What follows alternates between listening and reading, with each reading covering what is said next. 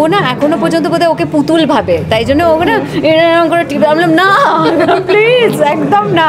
ঢাকায় সিনেমার মেগাস্টার শাকিব খানের আপকামিং সিনেমা সোলজার নিয়ে যেন কোনোভাবেই সমালোচনা কমছে না। সবাইকে চমকে দিয়ে ফাঁস হলো এই সিনেমার আইটেম গানের একটি ছবি, যেখানে দেখা মিলল শাকিব খানের সঙ্গে তামিল ইন্ডাস্ট্রির জনপ্রিয় নায়িকা রাশমিকা মান্দানাকে। আর তাতেই দর্শকরা শিউর হয়ে গেলেন এই সিনেমার মধ্যে নায়িকা হিসেবে থাকতে চলেছে রাশমিকা। কিন্তু শাকিব খানের এই ছবি দেখে রীতিমতো রেগে মেগে আগুন হয়ে গেলেন ওপার বাংলার জনপ্রিয় অভিনেত্রী কোয়েল মল্লিক। তিনি সাম্প্রতিক একটি সাক্ষাৎকারের মধ্যে বললেন, শাকিব তুই কি আর কখনো ভালো হবি না? তিনি আরো বললেন যে তুই বাংলাদেশের মেগা স্টার, কিন্তু তোর সিনেমার মধ্যে এ কেমন নোংরামি। তোকে অনেক ভালো মনে করেছিলাম, কিন্তু তোর চরিত্র যে এতটা খারাপ সেটা আমি কখনো কল্পনাই করতে পারিনি। শাকিব ভক্তরা বলছে এই সিনেমার মধ্যে কোয়েল মল্লিককে না নেওয়ায় তিনি রেগে মেগে এই মন্তব্য করেছেন। দর্শক চারদিকে এমনটাই গুঞ্জন উঠেছে, আর সেই গুঞ্জন থেকে ইন্সপায়ার হয়ে ভিডিওটা তৈরি করা। কেউ বাজে মন্তব্য করবেন না।